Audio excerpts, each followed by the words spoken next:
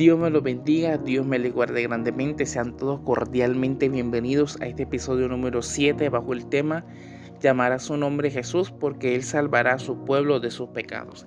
Este tema es un poquito extenso, un poquito nada más que los episodios anteriores. Ayer fue el episodio más corto porque estuvimos hablando acerca de la obediencia de José y tocamos unos temas un poco diferentes, pero ya estamos entrando en materia y cada día nos acercamos más. Así que otro detalle de la obediencia de José es que puso nombre al niño, asumiendo así públicamente su papel paterno, como yo le decía anteriormente. Y por supuesto le puso el nombre que el ángel le había dicho, como dice en Mateo, capítulo 1, versículo 25. Pero no la conoció hasta que dio a luz a su hijo primogénito y le puso por nombre Jesús. Amén.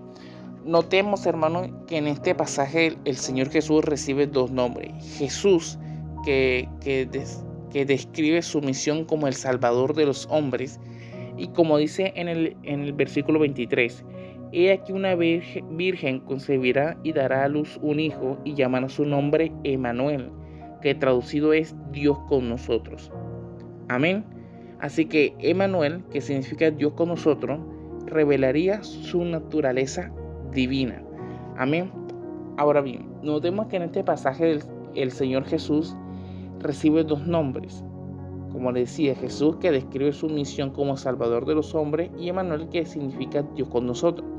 En primer lugar, el nombre de Jesús le fue asignado por su verdadero Padre Celestial y encerraba, bendito nombre del Señor, un importante mensaje.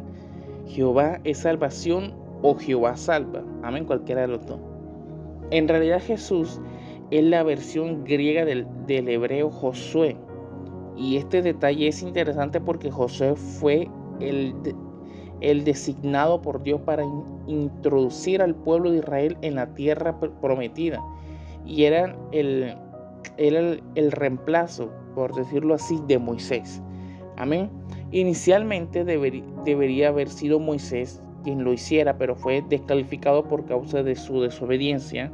Así que cuando Moisés había sido un importante siervo de Dios en la historia de Israel, que les había dado la ley, sin embargo no pudo llevar el pueblo a disfrutar de la tierra prometida. Esto lo hizo Josué. Amén. Y del mismo modo Jesús entra ahora en la historia con la misión de llevar a su pueblo hacia la salvación de Dios. Como diría el apóstol Juan en el Evangelio de Juan, capítulo 1, versículo 17. Pues la ley por medio de Moisés fue dada, pero la gracia y la verdad vinieron por medio de Jesucristo. Amén. Ahora bien, este anuncio era asombroso. Él salvará a su pueblo de sus pecados. Amén. Ahora, ¿quién era ese niño? Cuando años más tarde, siendo ya adulto, Jesús le dijo a un paralítico que sus pecados le eran perdonados, algunos de los que estaban allí pensaron inmediatamente que estaba blasfemando. Dice en Marcos capítulo 2, versículo 7. ¿Por qué habla así? Blasfemia, dice.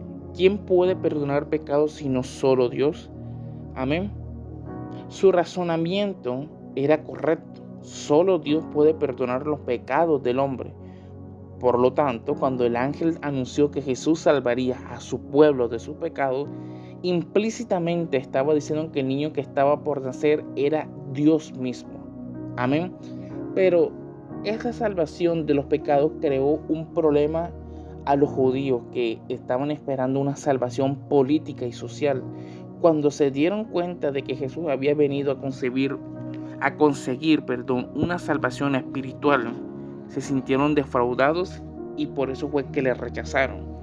Así que hoy, también como en aquellos días, hay muchos que creen que los verdaderos problemas del ser humano tienen que ver con la falta de trabajo, la falta de salud, la falta de educación, la falta de bienestar y de justicia social.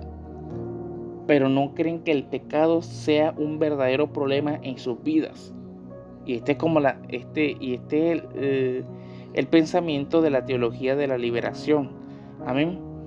Pero no vamos a hablar de eso. Por supuesto, el diagnóstico de Dios es diferente.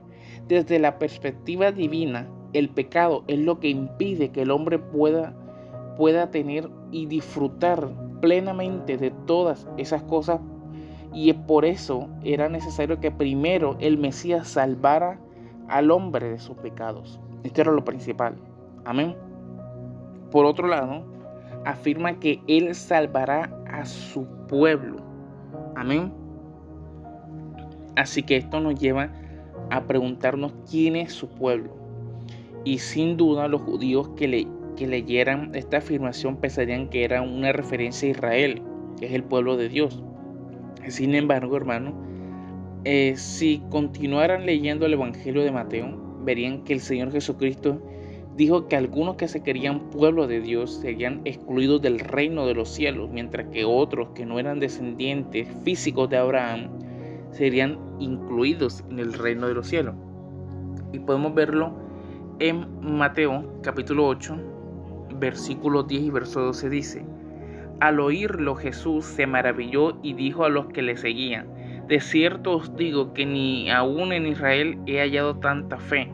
Y os digo que vendrán muchos del oriente y del occidente y se sentarán con Abraham e Isaac y Jacob en el reino de los cielos.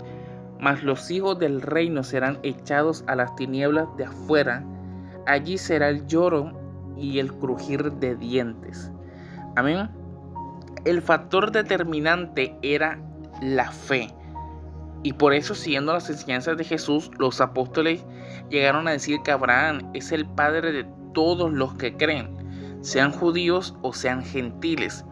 Y dice en la carta de Romanos capítulo 4, versículo 16: Por tanto, es por fe, para que sea por gracia, a fin de que la promesa sea firme para toda su descendencia, no solamente para los que es de la ley, sino también para la que es de la fe de Abraham, el cual es padre de todos nosotros.